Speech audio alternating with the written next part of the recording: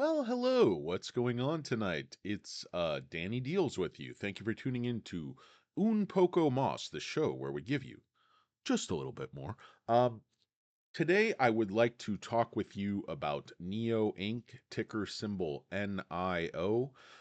It's June 12th, 2023. Time is almost 6 p.m. Aftermarket trading is over. The NIO stock was up 67 cents or almost 9%, and then another nickel in the after hours to make a 72-cent gain. This is one of the larger green days we've seen in quite some time for NIO. Let's face it, it had come down quite a ways. A lot of us were wondering, where's the floor on the stock? You have bad delivery numbers on top of bad delivery numbers. You have bad earnings. You have, you know, decreasing margin pressure. It's just things have not been looking good for the company. They had the new model release was extremely well received, and that's why the stock went ahead and took off today, because basically there was really strong orders for that new ES6. So there's no doubt that NIO has a very unique market differentiator with the battery swap technology, and that also follows on the news today that they were going to go ahead and decrease pricing around 4,200 US, all across the board on all their models, but they were going to stop giving away free battery swapping for a certain time. So I guess that would offset some of the cost, but they're basically moving to reduce the cost of all of their vehicles. Of course, they said they were not going to bow to the price pressures, you know, not going to get into a price war with Tesla, but the fact is, guys, these cars are price sensitive. Consumers have budgets, and you have to be competitive. It's a very competitive landscape. It's not just Tesla, BYD, but they're also competing with Xpeng and many other nameplates in China. And then there's the Europeans, and also American cars are popular in China. I know GM has some joint ventures over there.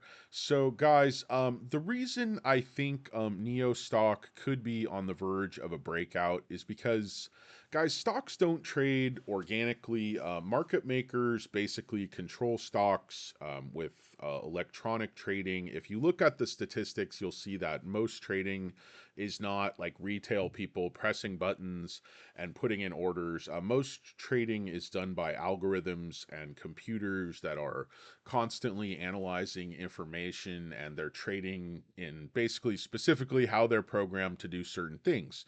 And guys, if you know, I follow and cover the SoFi stock very closely. If you've been watching SoFi Neo or holding SoFi Neo as I have for years now, you'll know that these two stocks were basically controlled by the same algorithm, the same market maker. And you'll say, Danny Deals, you're crazy. These two stocks are not have you guys ever tried to link up, like, what is it, Pink Floyd and watch The Wizard of Oz? Like, all right, we're about to go down a rabbit hole, folks. Okay.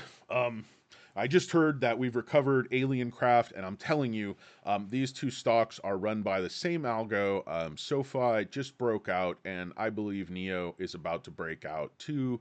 Basically, what's happened is the market makers ran the stocks up, got retail to buy high. They crashed the stocks all the way down to lows, and then have traded them sideways in a consolidation pattern, a tightening, coiling spring of consolidation. I will note the wedges on the charts. I'm going to prove this to you guys that these are the same algorithms. You don't believe me? You don't believe me? Okay. All right. Fine. Just let me walk you through this like JFK style.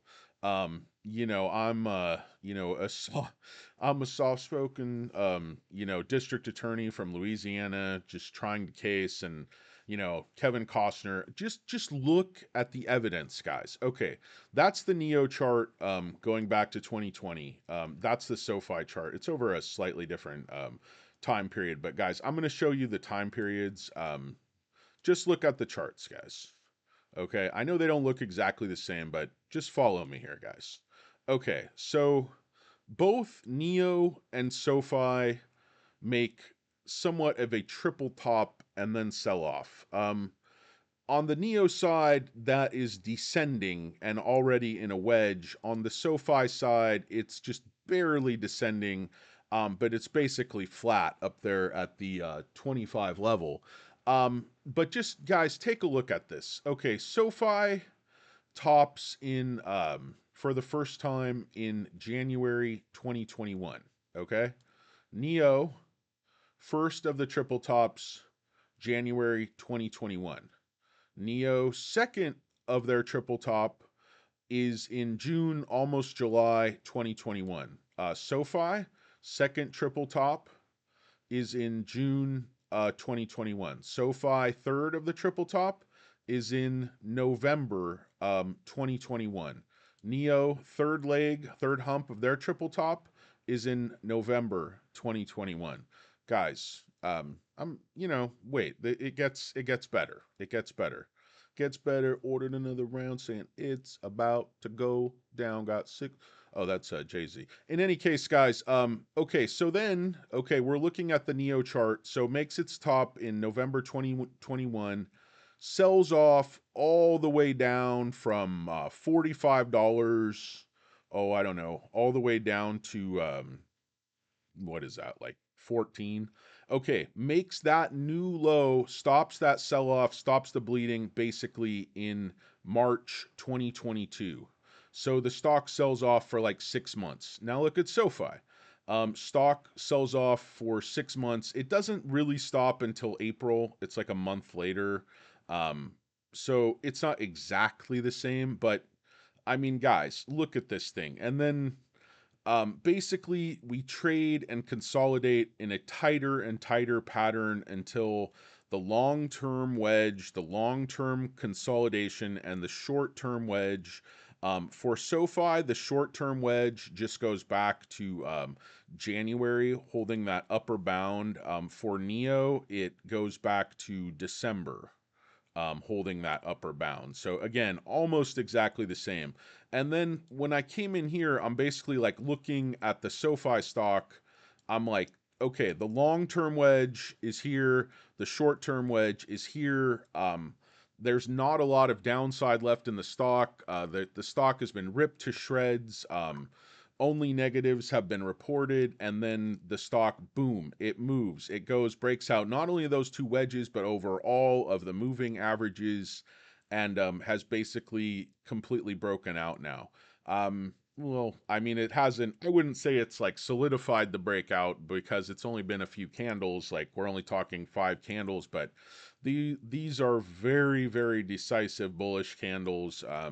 If you know anything about candles, these ain't your typical birthday candles. Like, these are serious bullish types of candles with horns that can hurt you if you're short, if you're bearish. And then if you look at NIO, it's basically the exact same thing, guys. We have this short-term wedge. Now, I know it broke out of this very briefly, and that line flipped from resistance to support. But if you bisect the data, at least going back to December, this short-term wedge in blue is very accurate. And then this longer-term one, basically, there's not much here. You're just going way, way back and then drawing a line to the present day. It's not, the lower line there is not too useful. But this upper limit line in pink is very useful, and the stock basically is sort of already went above that, even though it's trading sideways. But the stock is yet to, it's playing around with the 10-day moving average, but it's not even close to touching the 50, much less the 200-day average. So I believe there's just going to be market makers are going to flip the narrative. There's going to be positive news on the stock. Everybody's going to amplify that news. There's going to be better production numbers.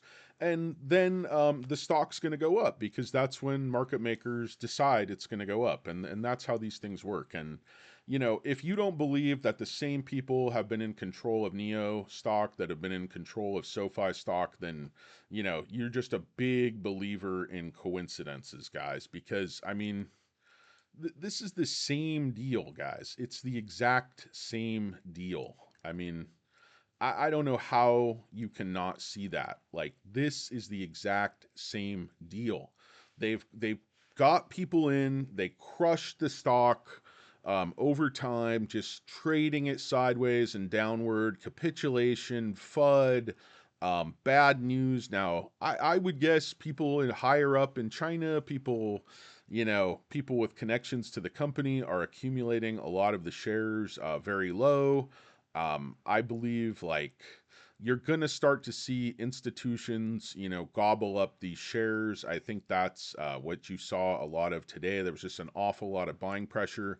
And if you look at the volumes of these two stocks, like if you start to look at NIO and you start to look at SOFI, like these volumes are going to start to follow each other. Like look at the last couple of days with NIO. What was the volume? Like you saw 80 million, then ramping up 47, 64, 141, and then I believe today NIO did over 100 million. Yeah, NIO did 100 million shares traded today on this big move. And then just for instance, SoFi today um, was also trading 117 million shares. So guys, these two stocks have really, really run together. They've been the best of friends. So I believe firmly that NIO is undervalued, that these margin pressures are going to be temporary. Um, Pardon me, guys, getting a small drink of water here. Bit parched after making videos and shouting at people on the phone all day with my day job. Um, but in any case, guys, this thing is going to move and it's going to move up quickly. NIO has established all of these models, all this engineering, this network of battery swap stations, probably the best, most advanced lineup of electric vehicles of any company in the world. And they're going to ramp. Like, it's taken a lot longer than we'd have liked. I'm one of these people that thought we'd see 20,000 plus vehicles being produced now, possibly 25 or 30,000 per month. But that just hasn't happened, guys. So I just want to run you through a couple of articles, basically what's happened. NIO cuts prices for all models, ends free battery swapping, basically what we talked about. They cut prices by 30K won or $4,000, including revamped ES6 and ES8 SUVs, won't provide free battery swap. This contrasts NIO's earlier stance when Tesla slashed prices in April. Others followed suit, triggering a price war. Even as car demand continued to weaken, NIO said it wouldn't engage in a price war. As NIO's net loss widened in Q1, its investment in battery swapping stations have raised concern. The firm missed top-line expectations for Q1 and forecast further delivery declines. In the face of changing market, we will observe the dynamics of the operating environment and competition landscape promptly and continue to strengthen our competitive advantages. CFO Stephen Wei Feng said, we will stay focused on execution, optimize cost structure, and further improve our operating efficiency. Guys, if you look back at my last few NIO videos, it's been a while. I haven't been keeping up on it. It just hasn't been that much news for me to get excited about. I still have my whole position. I've averaged down here. Even, what was it, Thursday or Friday, I bought some shares very, very low. But, guys, like I was saying for a long, long time, NIO is doing too much. They're trying to expand the wrong areas far too quickly before they have enough vehicles on the road, before they're selling enough vehicles, before they've scaled enough to make all these capex expenditures make sense. And yes,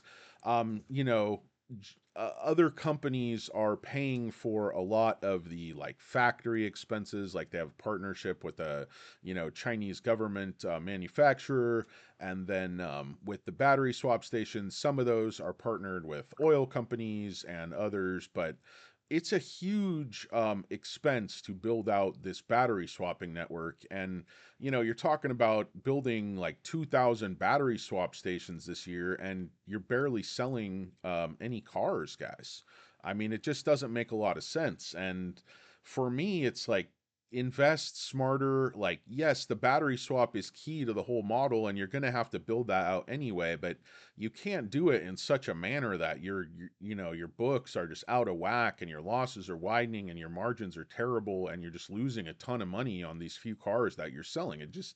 It just doesn't work that way. You have to scale things in proportion so that it makes sense. You can't just go, well, battery swap doesn't depend on demand. We can just build as many of these battery swap stations as we want. So we're just going to go from 750 to 1,000 and then, 2,000. It's just, it's just too ambitious. Their lineup is too ambitious. They have too many vehicles that I believe they're trying to expand too quickly in Europe when they are barely selling any cars in China. It makes a lot more sense for me to let them, let the Chinese market mature and let them become a bigger, more important part of that market. And yes, you can expand into Europe and build some battery swap stations in Europe, but I would focus right now on competing in China with, two to three best selling models, the ES6 and the ET5. To me, those two models are the future of the company. Like, look at Tesla, guys. They don't make money selling Cybertrucks and semis and Model S's and Model X's. They make money selling the Model 3 and the Model Y, and that's it. Because it's efficient to build fewer cars on the same platform. You reach scale, you reach efficiencies. That's how you get, costs per unit cost down, margins up. That's how you make money. That's how you become a global player. You don't become a global player trying to make seven different models, half of which nobody wants and you can't build properly anyway. You're doing too much. You are doing too much, William Lee. And I think they finally realized that. I think some humility. I think, these guys have finally been humbled a little bit and realized you have to crawl before you walk and you have to walk before you run. And, you have to run before you make a flying car. That's like Xpeng. It's like, hey, we can't even build any vehicles and we're making a flying car. Like, so with NIO building a supercar. I know it's important for their brand and it was, they broke all the records at Nuremberg and all this stuff and it was very important for PR, but guys, let's get it together here. You're not making any money. You're barely making any vehicles. And, focus on building cars where there is demand. ES6, ET5, stack them high, sell them cheap, and let's go. Let's scale. These companies are evaluated based on the units they're selling. And we are not selling very many units, guys. Um, let's take a look at our favorite publication here, CNEV Post. I think they have a lot of stuff behind a paywall now. Just taking a look at the NIO board, store visit, first impression of NIO ET5 touring before official launch. And boy, that is an amazingly good looking car, guys. I mean, I know that sort of hot wagon that hasn't sold extremely well in America. I know the hatches and the wagons are much more popular in Europe. The NIO ET5 touring offers more trunk space while improving the high driver's seat, and the regular ET5 was complained about. The key now is the price. NIO's William Lee responds to price cuts across the entire lineup. We heard the quote earlier, they're talking a little bit more contrition, a little bit more like, guys, we have to take care of our shareholders a little more and not just grow at all costs in all ways, in ways that don't make a lot of sense. NIO cuts starting prices by 4,200. Yeah, it makes battery swapping benefits optional.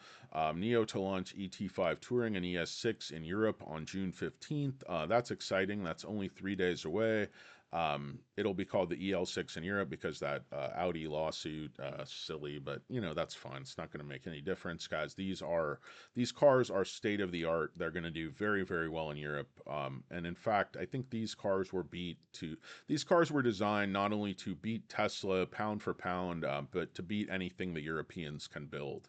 And their NIO cars are just getting better. It's like how Tesla kind of engineers on the fly, always improving. I think NIO has a little bit different model. They're not always improving that same model, but they're always updating and improving their models very rapidly. And I know that's a little bit problematic when you haven't scaled yet because it's expensive and you're not shipping units and it's frustrating. But when they do reach that scale and they do get their act together, guys, they are going to have one incredible lineup of passenger cars. The sedans and the SUVs, like they're going to own that. I mean, I don't even think, in my mind, Tesla doesn't even have a proper SUV that people want to buy. The Model Y is cool. It's a great car. It's practical. It has a lot of good features, and they keep improving. I'm not in any way, shape, or form a Tesla basher. I think Tesla is a great company. accomplished incredible things in the EV space. But I think NIO has some real competitive advantages, not just with their lineup, but also with the battery swap and just with the appeal of their brand, the appeal of their cars to people who are car people and not just people who want, the cheapest and most efficient, but somebody, I mean, look at this ET5 Touring, guys. I mean, just look at that vehicle. I mean, seriously. Look at that versus something in the Tesla lineup. I mean, this car looks like money. This car looks like class. This car looks fast. It looks like handling. It looks like, you could drop your kids off at school in that thing and then, take it out to a high class function or a luncheon. And, you know, it just looks amazing. The styling is incredible. I think Tesla, form follows function a little bit too much to the point where their vehicles just don't appeal to a lot of car people, and in fact make a lot of car people just a little bit angry. So anyway, guys, NIO, I think we're finally getting some good news in the press. We're finally getting some people buying the stock today, because I believe that's what market makers want. I believe they have shaken out just about all the retail investors that they can. I believe this stock has coiled and consolidated just about as much as it's going to. And there has to be a point here where market makers have accumulated very cheap shares that retail bought higher, and then their only move once they've accumulated all the shares they can as low as they can is to flip and send the stock higher, which I believe it's going to follow very much the SoFi model, where you're going to see like just something in here and the stock just going up. I don't believe the stock is going to crash down below these levels, like back to $1.50, $2. I just don't see it. They've accomplished too much. Yes, they've had growing pains. Yes, they've had management issues. But that comes with any company, guys. That happened. Tesla almost crashed, almost went bankrupt. The bears were trying to put it out of business. Of course, we don't like these price cuts. The target lowered at 11 at Bank of America, 850 at JP Morgan Chase. That hurts because JP Morgan Chase have been neo bulls for a long time, and but people are tired of waiting. People get impatient. They want execution. They want you to work your plan. They want you to do what you say. And NIO has not done that. NIO has faltered, so the stock has been absolutely destroyed. Short interest is way up here, guys. Short interest of free float is now 9%. Percentage of free float on loan is 19%. Shares on loan 265 million. Cost to borrow is almost nothing. Utilization is up from 39 3 months ago to 51 right now. Cost to borrow is still low. Days to cover has gone from 4 to 5.58. So the short interest on the stock, guys, has gone up quite significantly, say from 6 months ago. The short interest was just like 4 or 5%. Now the short interest is almost 10%. So that's something to keep your eye on. Again, don't see any short squeeze in the future just because there's way too many shares out there. And but shorts covering and shares being returned can obviously help the stock go up just through organic buying pressure that shorts covering will bring. But I don't think it's going to happen all at once. I don't think it's going to be crazy. This isn't the type of company that's going to announce a cure for cancer and the stock's going to go insane. It's going to be marginal ramp, better numbers, hopefully margins come back, and so you're going to see incremental improvements if all goes to plan. I think management has been humbled. They have decided, they have to think about things. They can't just charge in like a bull in a china shop thinking they're going to take over the world all at once. That's just not how this thing works, guys. So the NIO investor, we've experienced growing pains to be sure, but excellent day today. Stock trading 100 million shares, up 72 cents on the day. We'll have to see. Tomorrow's going to be a critical day. Futures are looking kind of flat right now. NASDAQ just up a skosh, just a skosh, and just un poco. S&P up un poco less, and Dow is just down un poco. So, guys, that's the NIO stock. Finally, some good press, some good news. I believe market makers are going to flip this thing They're going to hedge, but they're going to flip it and they're going to push it up, and we'll just have to see where it goes. Will it be a SoFi style breakout where the stock doubles in just a couple of weeks? No, because there wasn't this huge short after the earnings. Basically, when earnings came out the other day, like not that much happened because the stock is already, in the toilet. So basically it actually I think went up a little bit, but it's just, look guys, it's been controlled by an algorithm here for, the last month. It's been holding it at like this sort of this mean of $7.80, 7.83, and then, it pops up to these plateaus. So there's a little pump here on the ninth.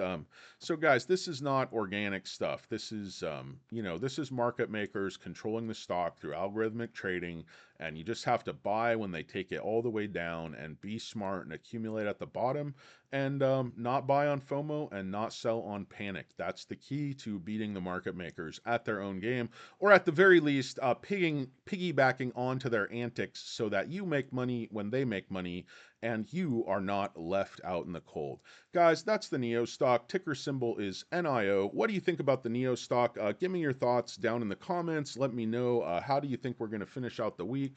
I think we're going to continue to push up.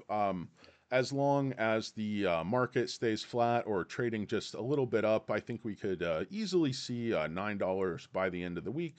But let me know what you think, guys. Obviously, there could be more pullback, but I think the coiled spring is as tight as it can get. Buyers and sellers are now just a handshake distance apart between support and resistance.